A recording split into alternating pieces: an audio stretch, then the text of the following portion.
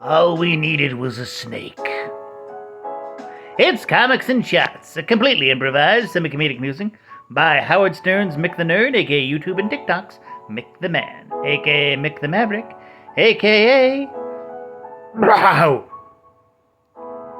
Today's subject, filler, as evidenced by the Spider-Man issue that I'm talking about, Scabbledy, the Amazing Spider-Man issue 94 by Stan Lee, art by, I assume, John Romita. He did so much after Ditko left. Ditko, you were pretty much the real creator. But Stan Lee also was pretty good at it too. He let's not get into that about let's not get into that. Today we're talking about filler. What constitutes filler in a story? It's not always just like with the traditional anime definition where it's like just episodes they put in so that this anime doesn't catch up to like the manga.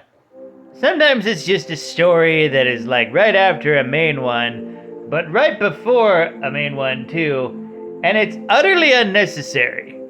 Such as in Amazing Spider-Man issue 94, where the first 11 pages are just Peter reminiscing about his goddamn origin story. Not the first time they will retread on that, Marvel. Not the last. 11 pages, yeah, and then the Beetle is just revealed to be kicking the shit out of Aunt May and Anna Watson's neighborhood for whatever reason, and then he kidnaps May for and then Spider-Man's there, yada yada, save the day. But it's also like we could have skipped to the next story that featured terrorists in London and everything. Also, why do they keep trying to make the Beetle work? He was so boring as he was. Can I skip to when he's Mach IX? Please? Ugh. Yeah, his stupid... he had these dumb little suction cup hands. They were the dumbest thing ever.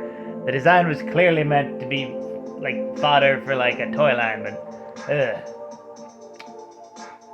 Stuff like that, if you're gonna do filler just in between one arc and another, make it fun and don't just retread on an origin story that fans already know about. I'm a little forgiving of it this time because, for all we know, everybody forgot the origin because they didn't really reprint in the origin as much as it did back then, but reading it now, it's just a little awkward. Ugh. Please, flash forward to when MJ is hitting on Peter despite canonically dating Harry. Yeah. MJ was kind of a wild girl back then. Man, she didn't know who, they gave her more depth later, but, I feel like they're just trying to make her, seem more loose to be a bad thing, but I think that just made the fans like her more because, once again, wild. Don't be wrong, I love Gwen Stacy, and I debate to this day whether she really needed to die or not, but it's MJ is just always fun times. Yeah. Ugh. Harry, though, has a lot more of that just there energy, unless he's jealous of MJ, macking on Peter, Some of these characters rely solely on jealousy. Back to filler.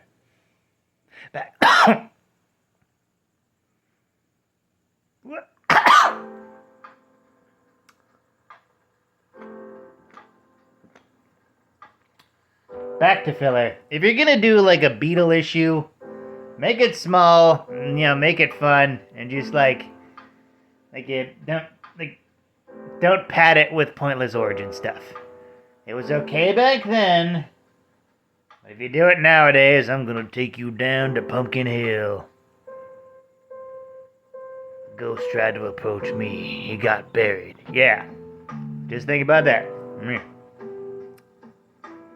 Why did they keep bringing the Beetle back? He was not cool back then. Seriously. Hell, who knows what was going in their minds? Who knows? Who knows? With that, like, comment, and subscribe. Donate if you're feeling nice. Share it with a bear. And always remember, praise be to the blood elk, fear the stabopotamus, and death to Kronos.